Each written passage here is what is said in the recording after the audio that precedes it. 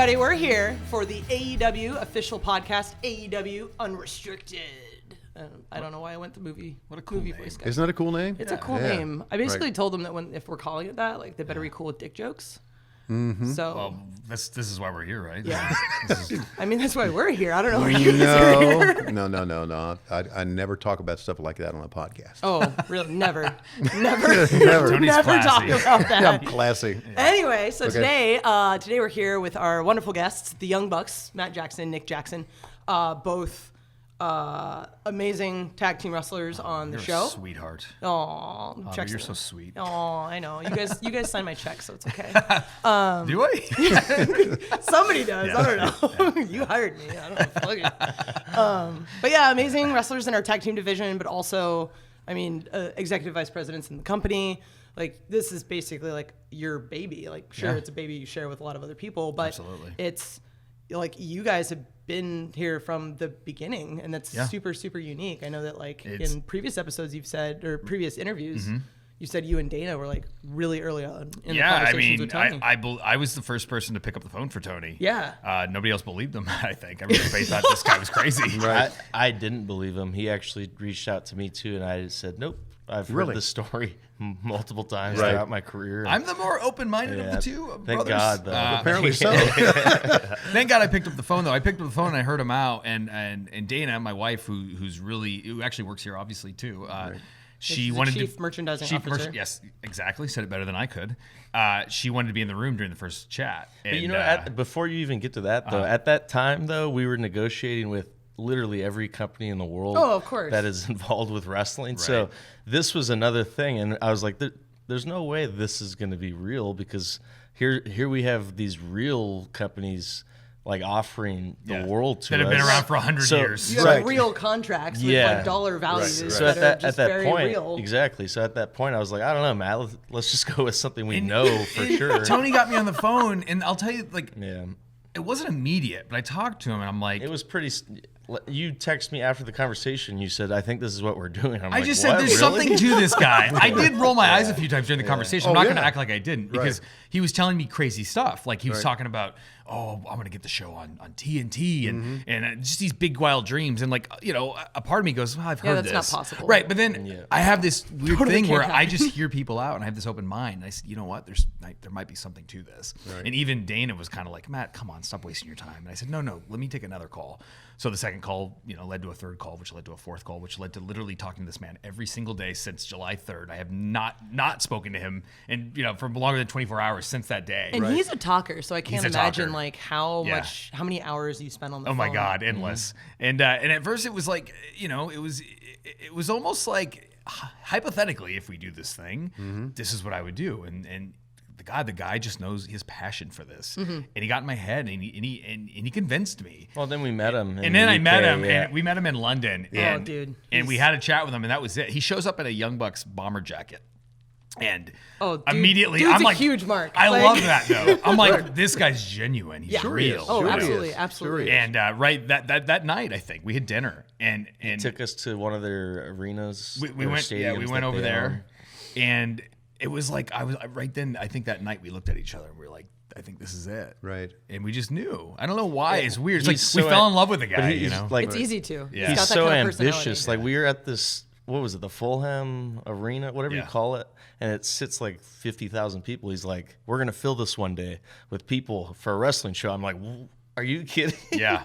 Like, this guy thinks big. And we think big. I liked that. We always have thought big, and we've always bet on ourselves. I'm like, this guy's a dreamer. I like that. Like, and he has big aspirations. I'm like, God, this is cool. And he doesn't want us to just be wrestlers. He wants us to be more than wrestlers. Like, nobody else could offer us that. Yeah, and at that time, no one trusts us. Like, we were actually wanting to become writers / bookers. Just want to do more so than just wrestling, more than just wrestling at that time. So we were like, man, no one wants us to do this. New Japan didn't want it. Ring of Honor didn't want it. So we were like, this guy wants us from the bat to start this thing. So it's kind of like you're willing to take the risk because it's offering you something that no one else is.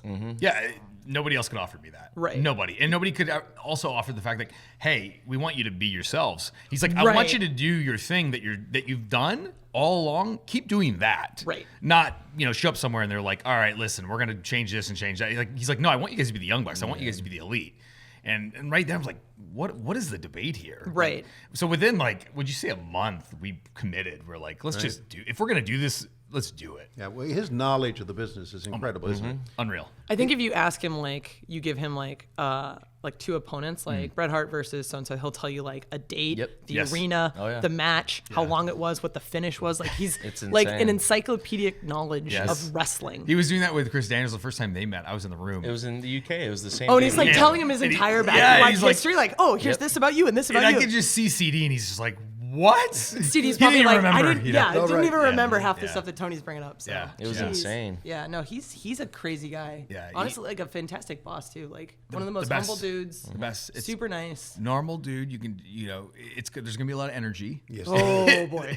And but he's very passionate. And The whole it's- family is great. Too. Yes, they are. absolutely. They Great are. people that have changed many lives. Yeah. And the cons don't get enough credit for what they've done And for the I don't wrestling know if business. I don't know if Tony gets enough credit because this was all him. This Yeah. is I was just the guy who picked up a phone, and all of us we all played a part in this. Right. He put it all together. This is though. all Tony though. Yeah. Everything, everything that has happened is Tony. And maybe it wouldn't have happened if the key players weren't involved or whatever. But this certainly doesn't happen without Tony Khan. Right. Yeah. Well, it's a crazy business, but now that you're involved in AEW, and we've been doing this for a number of weeks, number of months now, Yeah. everything you thought it would be? Man, and more. Yeah, and more. What's probably been the biggest surprise?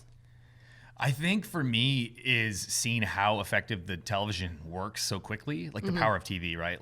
For the characters, right? There's people who you never heard of 2 months ago, and then they come out and now they get the biggest reaction, and it's Right. wow, and then for me it's wow, that's powerful. Like Darby Allin. Darby He's probably, Allin the or best a, example or a of that. Private Party, Right. Right. Oh my God, yeah, Private And Party. there's several others. Orange Cassidy. Orange Luchasaurus. Sammy Guevara. Luchasaurus. Yeah. And- Marco Stat. Marco Stunt. Jungle, Marco, Boy. Jungle Boy. There's a lot Yeah. of them, yeah. So it's cool for me because I'm like, man, I never saw something happen so quickly before my eyes. I'm like, man, this is really neat. It works. You know what I mean? As far where we come from in the independent world, it took years to do that. Oh yeah. Years. It took us 10 years for people to finally know who we were. You had to go around every city at least 10 times to finally start selling T-shirts. Even at the end of our run, we would hit some towns and people would be like, yeah, this is my first time ever Yeah. watching you guys wrestle. I'm like, we've been doing this for 16 years or whatever. You know? Right. Where have you been? You Right. know, and the power of television, everybody watches this thing. It's such a powerful platform. Yeah. For me, that's one big surprise. And weekly TV is a different monster. Oh my Oh, God. yeah. Oh I boy. mean, you talk about doing a pay-per-view once a month or something Yes. like that, but when you do it on a weekly basis, everything changes, doesn't it? So, That's Oh, insane. completely. That's insane. See, it was easy to do the one-shot pay-per-views. Like when we Right. first started, Double or Nothing, All Out. That was a piece of cake because we actually probably micromanaged those shows because Too much. There's too much time in between. Yeah, and now it's like you can't put that much detail No. into it because it's happening every week. I remember when we planned for Double or Nothing, it was 6 months of planning. Yeah. And we were like, how I are we was- ever going to do this weekly if I we was can't even so- get it right in 6 months? I was so sick of planning that show. But like Nick saying, it was micromanaged because there's too much time, so Matt, we why just did thought you of pick up everything. the phone? What are you doing? That first show was rough. That to was get probably through. the most stressed. Well, that and the first TV show was probably the most stressed out I've ever been in my career because I just wanted everything to go well and Right. to hit a home run.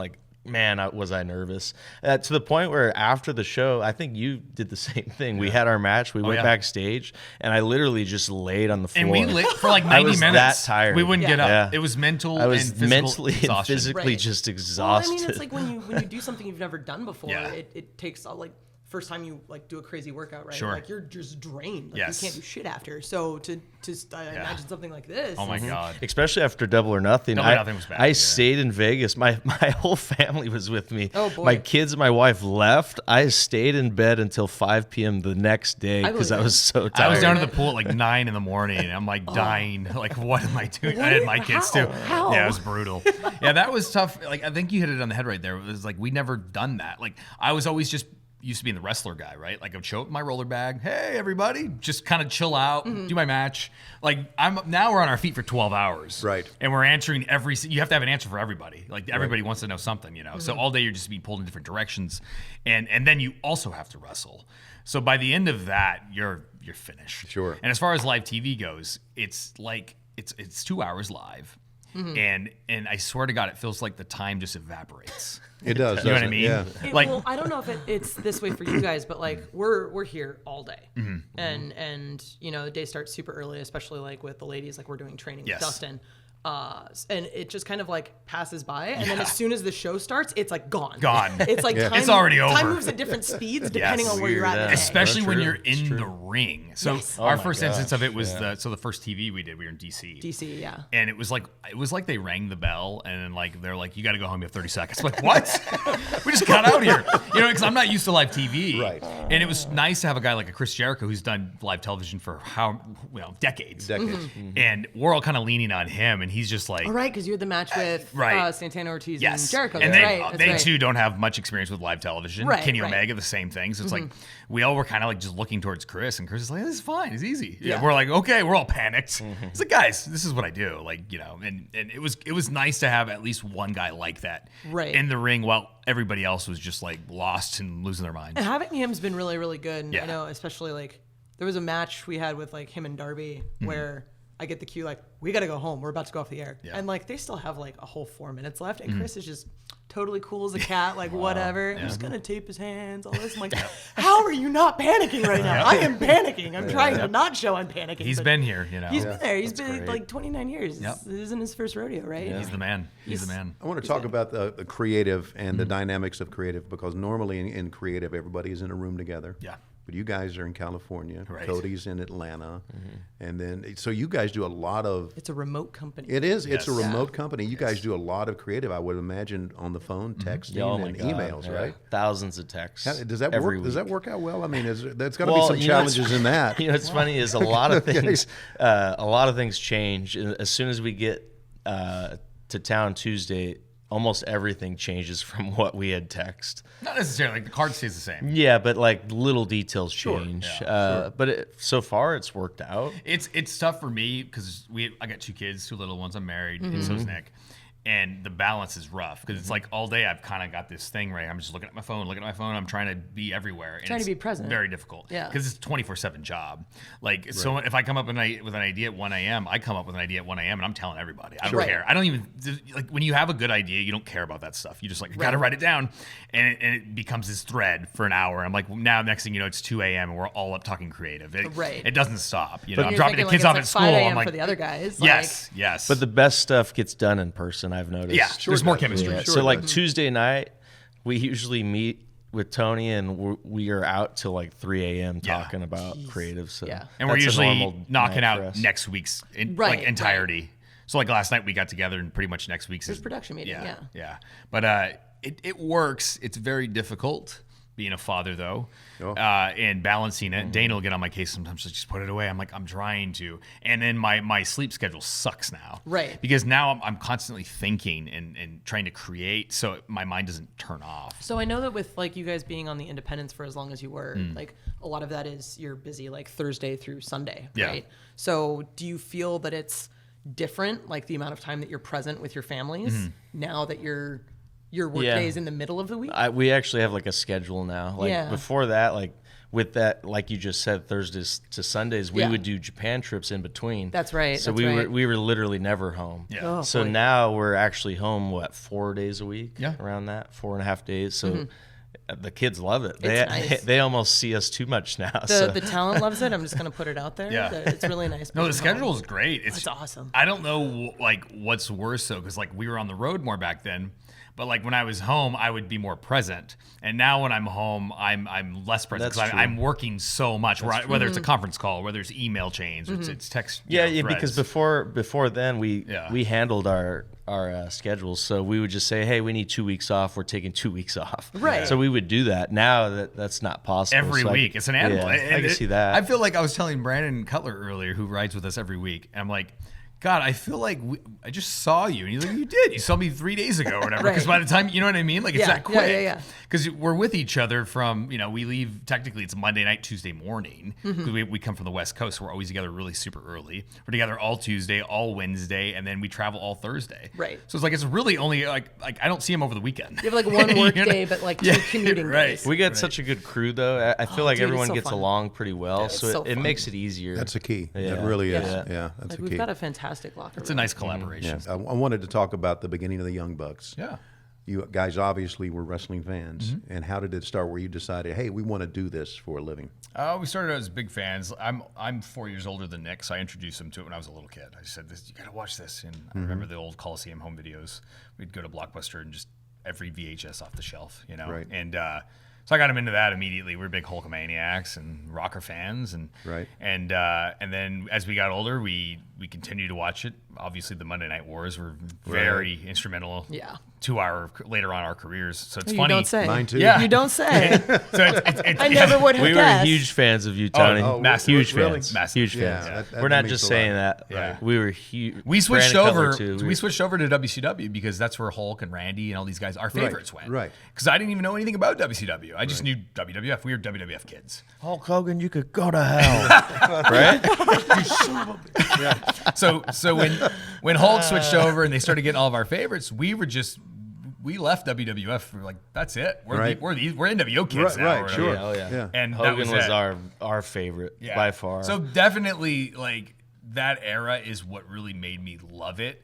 When I decided I really wanted to do this was probably the TLC era when I watched the Hardy Boys. 'Cause I saw myself and my brother 2000s out probably, there. yeah. I saw Jeff and Matt, and I said that could be me and Nick. All of this Holy makes crap. so much sense. Yeah. It does, yeah. And oh yeah. so it's really like a series of events of like fandom. It's like, you know, the beginning and then in the middle and then to that's when I think I was like, that's when we started probably backyard wrestling. Right. Like when did the ring in your backyard Probably get around built? that, 2000? like seeing Cactus Jack do his stuff too, and I saw him jump off his roof, and that there's a movement Well, in when the 2000s. we saw the with backyard Hardys were wrestling. backyard wrestlers, we're like, oh my God, they're brothers. We're brothers. Yeah. We could do this. And I remember meeting them for the first time, and we told them our story. They're like, oh my God, Yeah. your story is You're just us. like ours. yeah. We're like, Now well, it's probably even crazier to them. well, right? they never opened up a wrestling company. Well, so yeah. we got to beat there. I'm No, sorry. no, they had Omega. That's true. That's They had true. Omega. Yeah, they did. weren't They on did have TNT Omega. though, so Right. Yeah. we got that on them. Yeah. Exactly. But I think the backyard stuff is what led us to like actually thinking, man, maybe what if we did this for a living? You know, like we were pretty good at it. At least the neighbors thought so. So Right. Eventually, I went and got trained and went to wrestling school. And Nick was too young. He was 14. I was 18. You'd So be did you 18 just then. like teach him everything? So I you would come learned? home. Yeah. 'Cause I kind I of learned this cool new thing today. I Let's kind do of it. skipped ahead because my dad built us a professional wrestling ring. He's a Right. general contractor, and there's no Which is blueprint. insane. Right. Like, how do you build a ring? You don't look it up on Google at the time, at least. Right. So my dad was just like, I don't know. I'll figure something out. And he built this really great ring, actually. Like, looking back now, it's probably better than most rings I On the performed indies. in 2 years ago. Oh, Yeah. absolutely. So we got a ring in our backyard. I at that time I was 16. I was And 12. We were back. You know what's funny is I just watched a match of mine when Yeah. I was 12 on YouTube. You guys killed I it. sent you the link to it actually. Maybe I'll send you guys the link. Oh, please. It's actually pretty good. Yeah, it was not bad. For a 12-year-old, it's Yeah. pretty insane to watch. So we did the backyard thing for a couple of years. I got old enough to go to actual wrestling school, and I trained. And I'd come home and teach Nick in our own ring. So I'd do double trainings every day. Ooh. And got pretty good at it. And eventually, Nick and I started getting booked around the scene. I think Nick's pretty much self-taught though, or like taught by me. I think he went to one class or something. One or two. Yeah. And we started getting booked all over Southern California, which is like we're close to San Diego and Mexico, so it's a lot of lucha Shows libre. everywhere. There's a lot of the mass luchadors, so we learned a lot of that style. Right. And you can see that sort of influence a lot with like you guys Sure. and your high flying. Yeah, and we Yeah. still all do that. a lot of what we Right. learned. That's back why we then. like wrestling with the Lucha Bros. We know how to Yeah, base yeah. those moves and take those Right. arm drags and head scissors Yeah. and stuff. Brothers don't always get along either, do they? No, and you know what? Like we Yeah. I mean, you guys No, had to it's have some true. clashes. we haven't. It just You really shockingly. haven't? Really? You really get along all the Yeah. time? Yeah. I'm gonna call Even, you out even on when that. you were training him, he didn't say, You don't had know what you're enough of talking this about. stuff. You don't know what you're talking about, brother. For whatever The Lucha reason. Brothers are the same. Yeah, they I don't asked fight them, either. they never fight. I'm like, wow. That's That's tremendous. So insane. it's very rare That's that tremendous. happens. I think it helps. Like we know, like we're always together, like on the road. So when we're apart, we're home. We do our own thing. And we've We been have that business space. partners pretty much for Yeah. our whole Right, lives. like with you the know? with the all of the merchandising Oh, yeah. stuff. Like Yeah, you guys all have that, like yep. this is just a bigger, slightly different business. Yes. But you guys have been It's all the doing same. business stuff together for a long time. So it's like it makes sense. Right. But is there ever like a point where you guys tend to like, well, I want to go in this direction. You're like, I want to go. Sure. Like how do those moments get resolved? We have spats, and like even when we're like putting together matches. That's or, like, probably when you see us fight the most is when we're putting together a match or something Yeah. like that because We're passionate. we do clash sometimes about or even that, being the but- elite. Like I'll Yeah. have an idea, and Nick will go like, "No, it should be this way." Like it's just like a writer's room, like anything we else. Right. Like, Right. we never like get into fights about it though. Like, No, it's never gotten bad or escalated. but we're Usually- passionate about it. Sometimes our voices will We'll go bicker higher, a little, and everyone like in the room kind of gets quiet, like, oh Oh crap. God, we've never seen this before. It's never a fist Is this fight. where they secretly kill each other? Yeah. Like, jeez. No, but honestly, it's been, and we've been doing this we've been basically running a 16 family years. business for 16 years, and there's never ever been a time where I'm like, that's it, I'm breaking up with you, we're splitting up. Screw that guy. It's never gotten that bad. Thanksgivings are never contentious. It's too You're late never just now. sitting across, like eating your potatoes, just like staring. Yeah, it's never gotten that bad. Like surprisingly, shockingly. Oh my God. So how did the name Young Bucks? How did that all start? You want to tell the story? It's got to be a great story.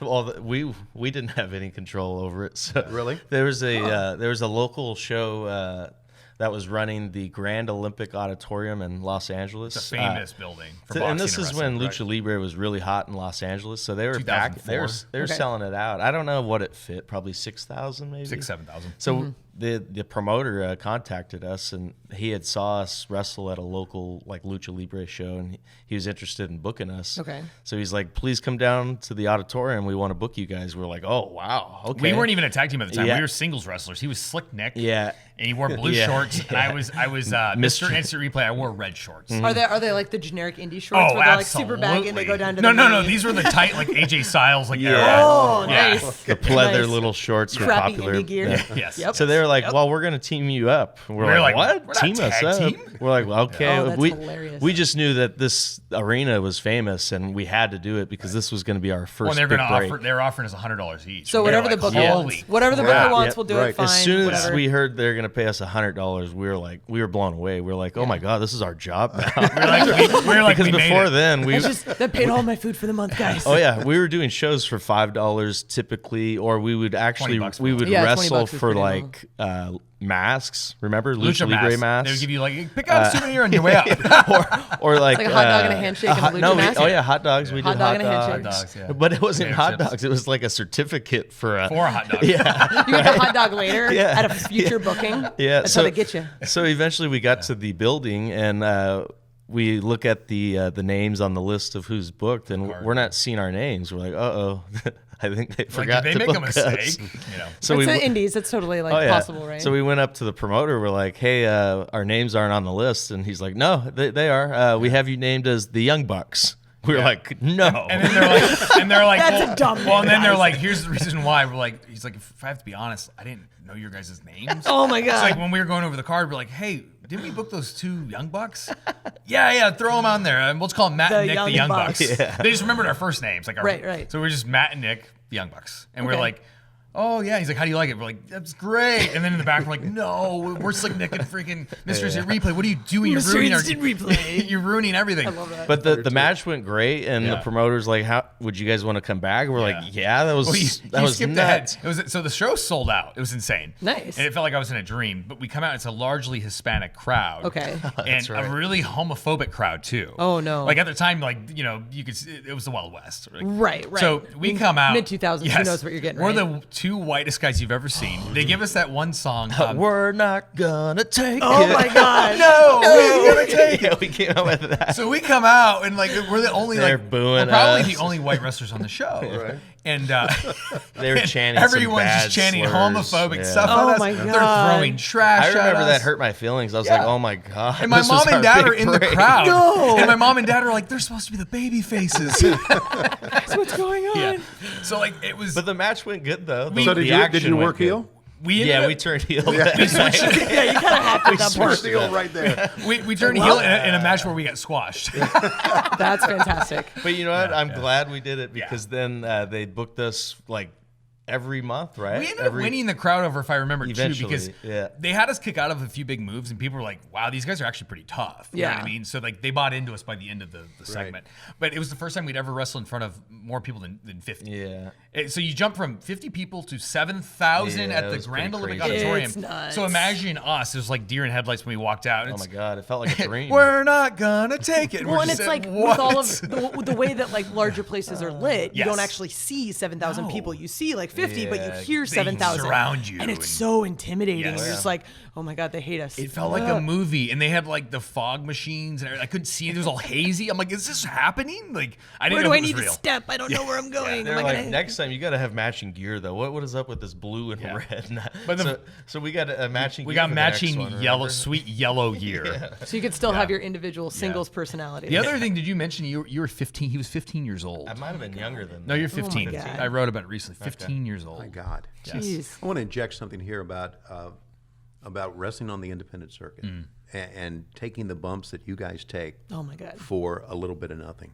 What? Yeah. Sometimes I shake my head at that, and I'll even talk to some of the young guys in the back. I say, you need to be careful because you want longevity in this sport. But it seems like even you guys would take any risk at all for For sure. for $20 And or $50. We've been doing this style since day one, and we haven't changed it. No. Which is pretty crazy. But knock on wood, we've never had any type of crazy injury that required surgery. Or I feel good.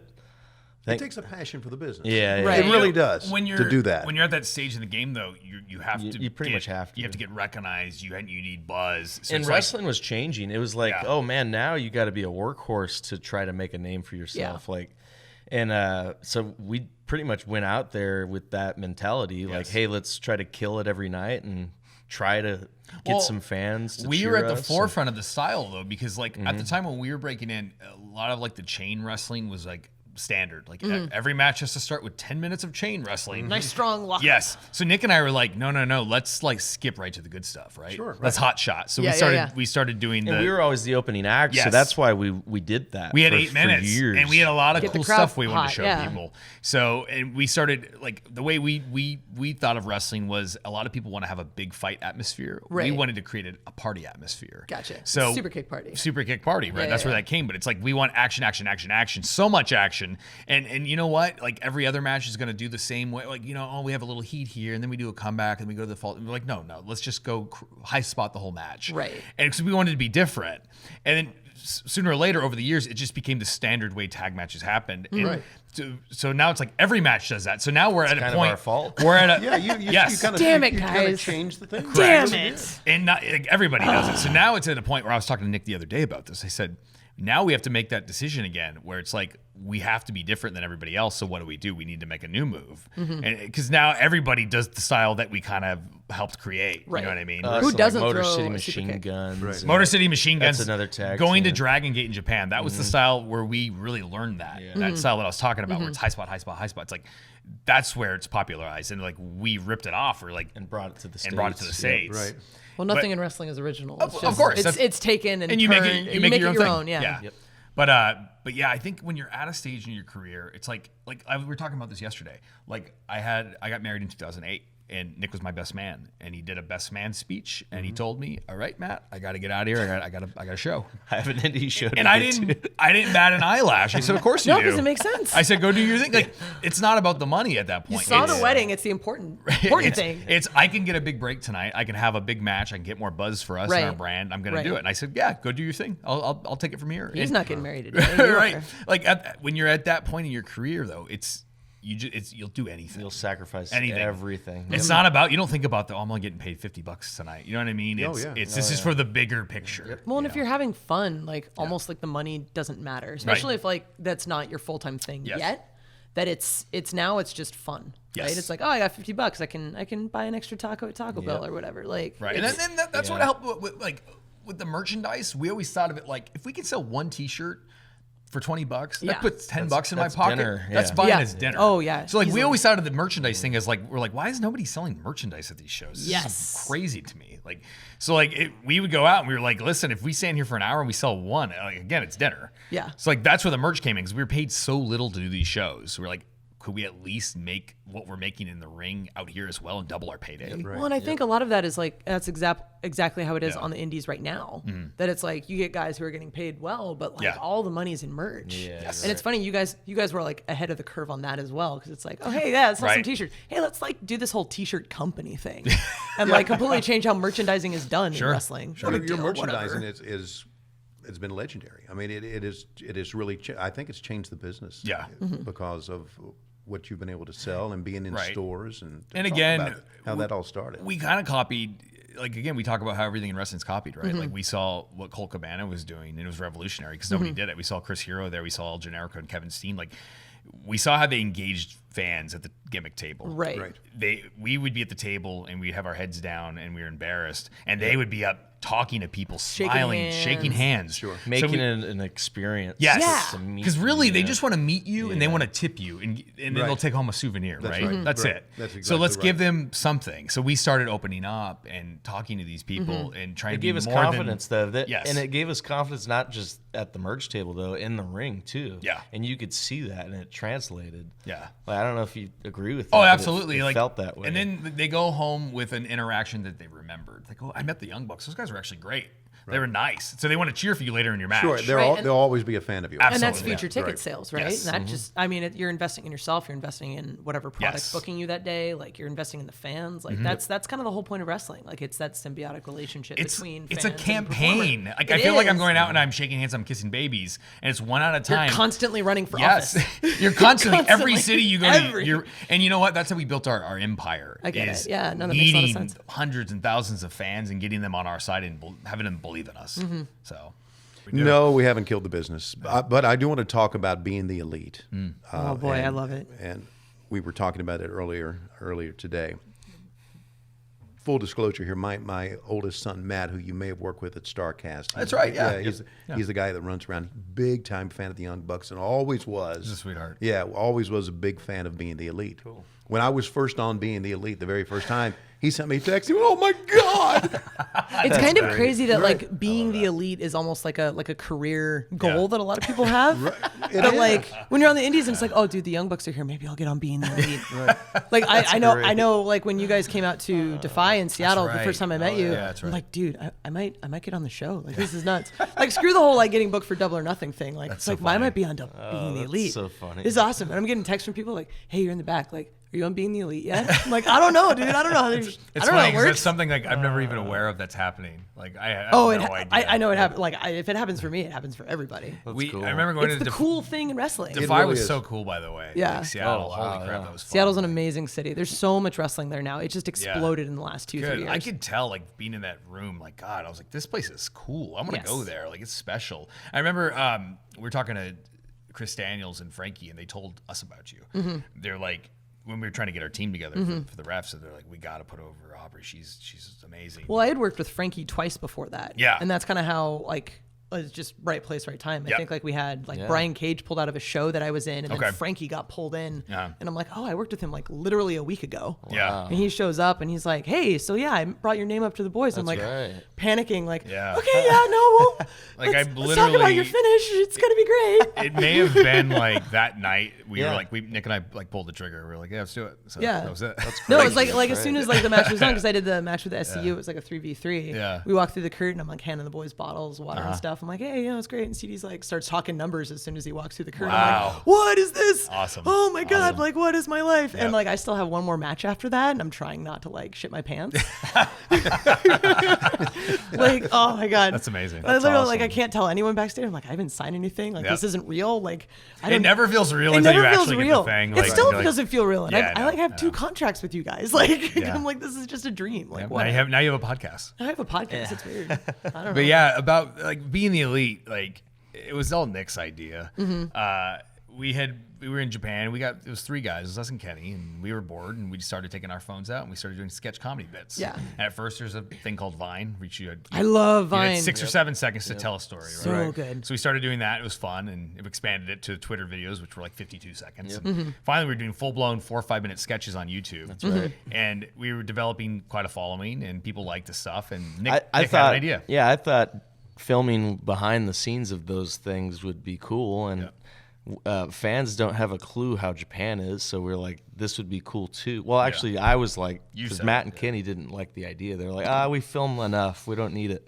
I was like, well, this is just extra content for fans, and I felt like New Japan wasn't giving us that stage to show our characters, just because that just doesn't happen in that country. And you never know what's going to resonate with the fans. Right? Exactly, Like, you can just yeah. try something, throw it out there. If it doesn't work, like tweak it. Like Right. it's you do it from wrestling match to wrestling match. Hey, that didn't work. Let's do something different next time, right? Yeah, and there's something interesting about that country, and people are fascinated by it. So I was like, if we film some of this stuff behind the scenes, I think fans will dig it. Sure they will. Yeah. And it caught on right away. It was just a documentary series, a travel vlog, really. It's like, really this is what we Yeah. do. We're wrestlers. We go to the hotels. We fly a lot. We're tired. Right. But people are like, no, Driving this a is- car for 6 hours? But Yeah. people were like, what we thought was boring, people loved because they're like, I never get to see this side of you Yeah, guys. yeah. You guys are just the guys that come out and do super kicks and wear tassels. Yeah. So all of a sudden, we are more than that. We're Behind the scenes. human beings. Right. And they saw our struggles and they saw our victories and then they started rooting for us and they started liking us on a more personal level and it changed everything. Right. I feel like you guys kind of capitalized right at the right time where Yes. like social media was really starting Yes. to like get super big in wrestling. And it's like we have that people connect with the person behind the performer. Right. Yeah, exactly. Like I know that was the thing that got me into wrestling was realizing like what's real and what's not. And you know what? We were great at that because in 2011 Learn the we had a lot of lines. controversy over a bunch of stuff going on in our Oh, you career. don't say. Yeah, Oh, you don't say. So we took to Twitter. Controversy with the Young Bucks? Yeah, no kidding.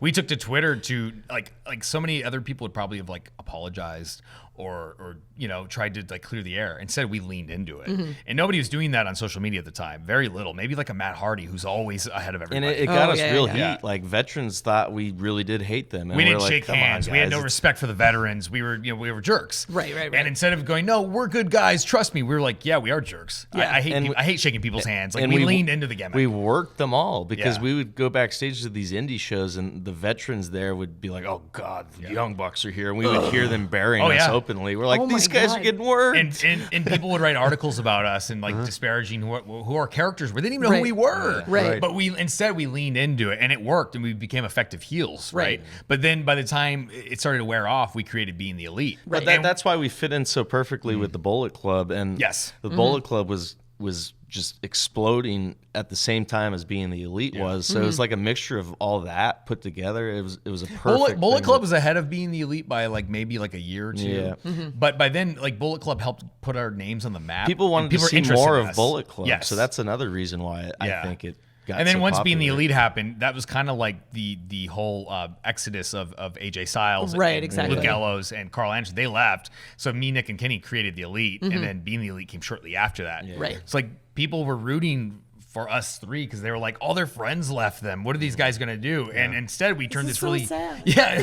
we turned this negative thing into a really positive thing, and people they wanted more, and that's what the show was. And you talk about tweaking the show. Yeah, It was yeah. like at first it was a travel vlog essentially, right? Right. And it ended up becoming like Kenny and I ended up getting our sketch comedy in there, and we started doing Right, bits, right. and then adding storylines. and then we to started it. adding characters to the show because we were like, sometimes it's just Nick and I, and we were at ROH, and we were like, it can't just be us. Right. So Let's add characters to it. Marty Scurll came Yeah. to the mix, Hangman Page, Right. Cody, and it was cool because then we saw had a cast. We saw the popularity of it, and Yeah. I remember when Page had been around for a while at this time, but Yeah. for whatever reason, Nobody knew who he was. exactly. Yeah. So Matt and I, we pushed a project. hard. We pushed hard. We were like, Yeah. listen, we want Page to be in the Bullet Club, and we're going to put him on Being the Elite. And We're gonna get him over. We want him to get over. That's awesome. We took pride in that, and It man, became it was pretty quickly that we he did it caught with on. everybody though. It was like let's Marty get this, too. let's get this Yep. Flip Gordon guy over. Flip Yeah. too, yep. You know what I mean? Let's get this. It was fun for us. It was SCU like, is another big one. Yeah. Yeah. Like they were kind of having like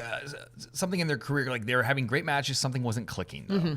So we said, we have this idea. Will you come on our show? And we pitched it to them. And they're like, yeah, well, we'd love to do it. We'll do it, whatever. And We'll we see- told we'll them. see if it fits. We're like, give us 2 weeks. I think it's going to get over. Yeah. Like And just bury towns that you go to.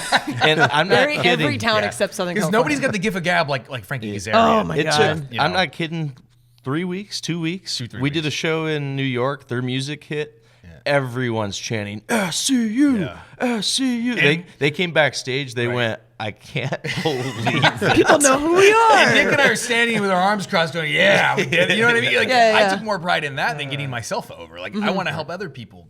But you know what's do this. crazy about the whole thing is little did Matt and I know we were already becoming writers. We were becoming bookers. Right. On a weekly basis for multiple companies because we were Yeah. intertwining our storylines from Being the Elite into Ring of Honor, into New Japan, and we didn't even realize what it was setting us up for. For the future. Yeah. For Yeah. now. And now when we talked about earlier, it's the same feeling now when Darby comes out on a skateboard and we all wrote that skateboard thing and to the show and it happens and people loving it and they're all dressed up like him 2 weeks later. It's like There it is. That's the same feeling I got when Flip Gordon was over on. You know, it's just a much bigger thing now. Right. It's like all these kids Halloween dressing up like Darby Allin and Orange Cassidy, or like how much pride I get. Jerry Lynn dressing up like Orange Cassidy. Like, what kind of life do we have where it's like Tony Khan dressing up like Orange Cassidy? When I saw that, this is just insane. But like when we wrestled Private Party, and they beat us in the first round of the tournament. That was such a good match. That felt so good. It felt great. That felt better to me than ever winning the titles or something. Yeah, like that for me was. It put those guys on the map. Yes. Like people knew who they were because they were on the first episode. They were on a couple of the bigger shows and stuff. But it's like, oh, those guys beat the Young Bucks, and it's like it's 2019. Yeah. Like we know that you guys booked it that way, but it's like,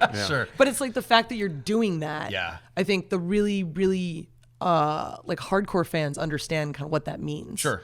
And now you've got like people just immediately behind Private Party. And it works. Like they show up on the screen the other day and it's pop. It's like, it's like we helped. And Nick and I are kind of like, we helped do that. As soon as we signed them, we were like, we already knew what we were doing. Oh, yeah. We're putting them over. Yeah. I'll just be having random conversations with people, and it's like we're just, this ain't water. Like this ain't water. Oh, my son does it. Little Zachary's like, hey, Dad, this ain't water. It's like he doesn't even know, like understand. Like no idea. Yeah, it's like actually, you said it means a lot for the fans, but it means a lot for the guys. It means a lot for the backstage area. Oh, absolutely. And that's one great thing I think about being in AEW that I found out how great it is to work backstage. Yep. Oh, it's so great. And believe you me, I came from a place that was not great working backstage. It was probably nuts, right? Yeah, it was terrible. It was. I can't imagine. It was terrible. Yeah, I would want to go home and kill myself almost every day. Yeah. We're happy you're here. Very happy you're here. Have I told you that enough? It was terrible. But I want to talk about putting together being the elite.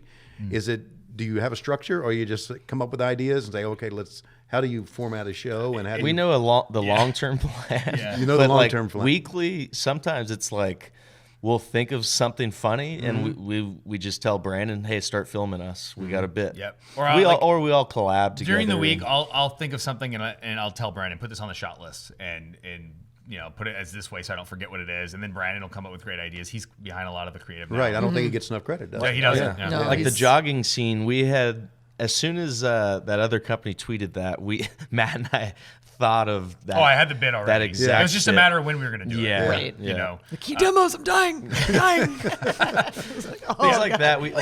We have bits planned that we just don't know when would fit an episode. Like, I don't know if you guys saw the Halloween episode. So we had that the Street Fighter scene I'm trying to think of the Black Mirror parody. Oh, where you were Kenny, striking but you were gonna kiss him. Yeah. God, I'm like, what is going on here? The Striking Vipers bit, I had that in my back pocket for probably like 4 months or something. Yeah. So like we have ideas, but generally every week we don't know where we're going. And sometimes we don't have a clue how we're gonna end episodes until we start filming something. That's the beauty behind the show, though. It makes it organic. You can do anything on that show. That's what's fun about it. Well, and you have like these ongoing bits too. Like you'll have a random interview with Scorpio Sky, and then you come in with like a candy bar, and it's just like, okay, like the ring pop. Yeah. Like we would not shut up about the ring pop.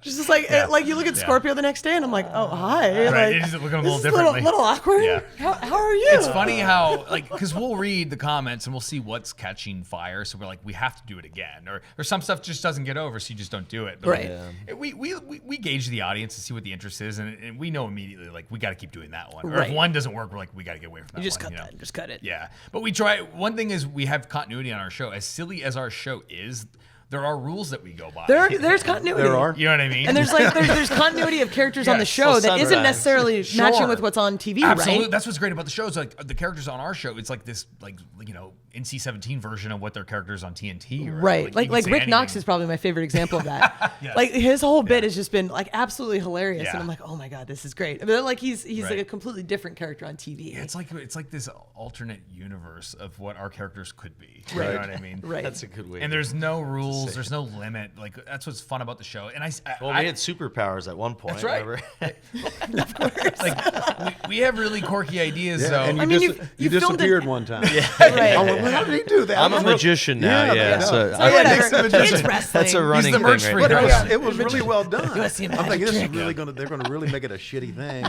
But it wasn't. It was up there, and I went, oh my God. I mean, you guys have performed exorcisms. Oh yeah, that's Oh a great my God, episode. I watched that one for the first time recently. That's a great and I'm one. just like, how the hell did anyone make it through this without laughing? We've been doing it for yeah. 3.5 That was a tough years. And you know, it's what's great about BTE is like we're allowed to be clever. Yes. And like as far like some people take to Twitter and they just say a mean thing, or if they have an opinion, they say and it becomes a screen grab. And it's like we like to do it and express ourselves through art. Right. So like as silly as like that scene was with us jogging, we said something in that scene. Right. And it may take a second to register it, but you go, oh, they got me. Right. That's Right. great. Like And it's cool because it's like Right. you can't. I mean, you could maybe do that on TV if Tony Sure. wants to, but Sure. but it's like there's some things you can do on TV that Yes. you can't. Like being the elite is a nice way allow you guys to still like do that thing that Be edgy and- right. yeah. Well, it connected you with the fans, right? So it's Yeah. like we have different markets on TV than we do in the independent. So it's nice to kind of see both sides of it. Sure. You still pushing to put some of that stuff on TV with Tony? Oh, absolutely. Yeah, you got to. I Constantly. Some of it for sure. Yeah. Because to me, entertainment's entertainment, Yes, right? yes. I mean, the So- fans are some won't entertained. fit, but Right. we pick And we know what that. think. Yeah, We're aware of that. So we can't do an exorcism on television. Probably not. But the Britt we've got- Baker. What was the that okay. response or whatever? The Britt Baker shot. That was Oh, so where she's parody. doing the like. that was actually the going to hands be up- on BT, but Oh, my- Kenny was like, "Nope, that's TV.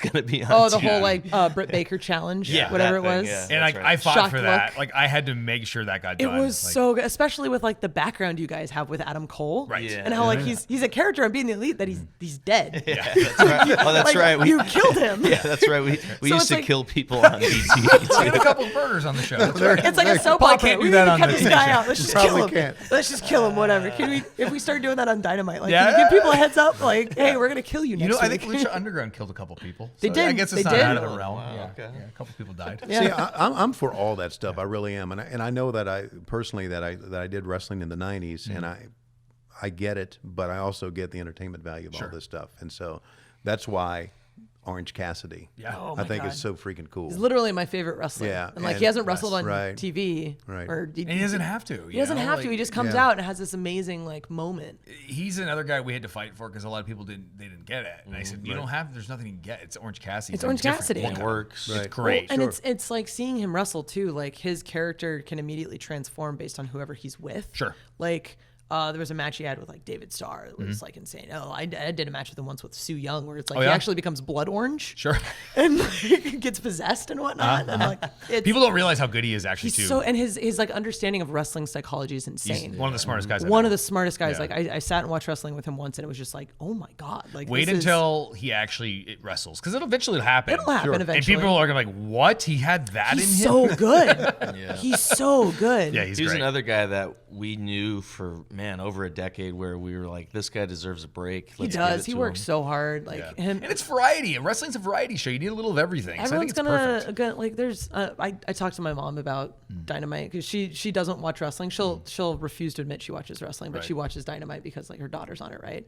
Then she'll text me. She goes, "I don't like that guy." Yeah, yeah. And I'm like, that's It's kind of the working. point. Like Right. they're a heel. You're not supposed he's to. a bad guy, Mom. You're not supposed to like them. Well, you should not tell someone to not put him on the show. I love that. I'm like, I can't do that. Yeah. Like. he's doing his job, Mom. Okay, He's doing his job. It's fine. She's like, well, I don't like the way he treats you. Well, Matt, Nick, you guys, and I'm not just saying this because I work for you, but you guys have changed the business. You really have. Thanks, man. And You've created opportunities for people that didn't previously exist. exactly. And it's been thrilling working with you. I didn't know that much about you because I stepped away from the business. And my son Matt said, "You got to watch the Young Bucks. You got to watch Being the Elite." And I immediately got caught up in it. I love it. That's so good. We appreciate you being with Absolutely. us. Man. Thanks for having us. Thanks for having us. It's awesome. The Young Bucks, who were named the Young Bucks by mistake. Yeah, let's put that. I think it's a great story. I think you? it That's is. good. It's Yeah, so that is a fantastic because great you never story. know what's going to click and what's going to work, right? We remind you to subscribe to AEW. Go ahead. What's the name of it? Unrestricted. Thank you. Unrestricted for free wherever you get your podcasts. And don't forget AEW Dynamite. It's coming your way every Wednesday, 8 o'clock, 7 o'clock Central on TNT. Thank you. Thank you guys so much. Thank you We very really much. appreciate having you. Hell yeah.